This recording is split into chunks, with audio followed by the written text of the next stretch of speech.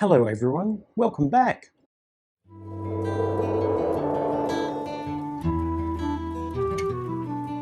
You might have heard in the news or commentary about the referendum that success will give Indigenous people a seat at the table. So in our context, we can take it that a successful referendum will establish the voice to Parliament, and this is necessary for Indigenous people to get a seat at the table because without it, we do not have a say in programs that affect us. We really need to talk about this because as a nation, we are being asked to believe Indigenous people need the voice to Parliament in order to be involved in decision making on the matters that affect us. So I ask myself, is there nothing now? Is the voice going to fill a void? Will the voice create something that doesn't already exist? There are currently 11 federal Indigenous parliamentarians across both houses. And just as an example, let's look at Linda Burney. She is the member for the Federal Division of Barton. She is accountable to every one of her members in that division for all of the decisions by the federal government. And in addition, she is responsible for a couple of $2 billion of taxpayers' funds on Indigenous-specific programs. For instance, the National Indigenous Australians Agency received some $4.5 billion in the latest budget. Around the country, there are so many past and present Indigenous politicians, there is a dedicated Wikipedia page listing them all, and the list is rather extensive.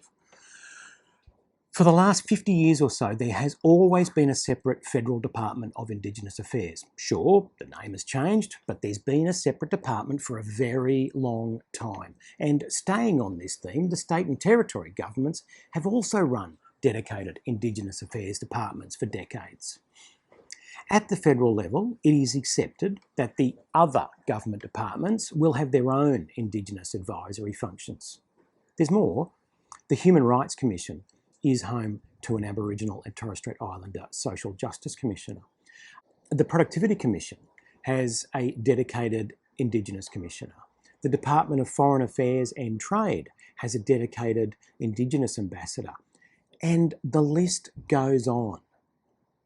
In fact, if I was selling stuff on a television shopping channel, this is where I'd say, but wait, there's more.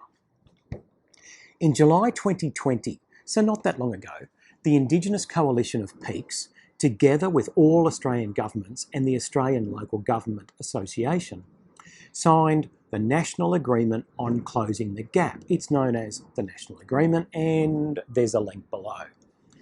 The Indigenous Coalition of Peaks is an organisation that comprises 80 Indigenous peak bodies that in turn represent over 800 Indigenous service organisations.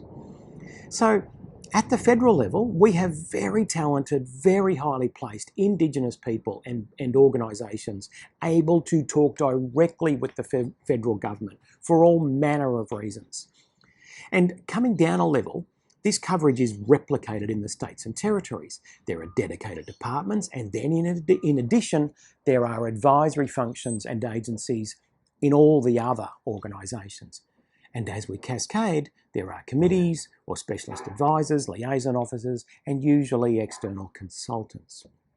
In addition to the formal structures, by that I mean the actual departments and agencies, there are many other less formal initiatives in place because most organisations are likely to have something like a reconciliation action plan. Again, they will have their own engagement mechanisms, targets, and the way they do things.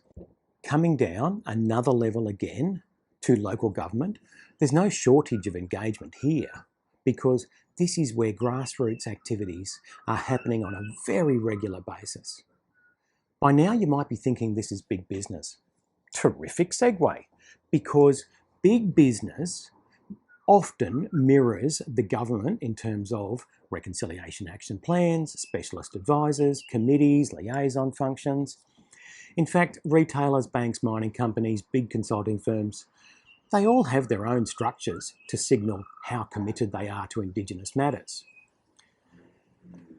You know, when I look at all this, I fail to see the argument that Indigenous people do not have a seat at the table. In fact, I think there's an argument to be made that Indigenous Australians are already more than adequately represented.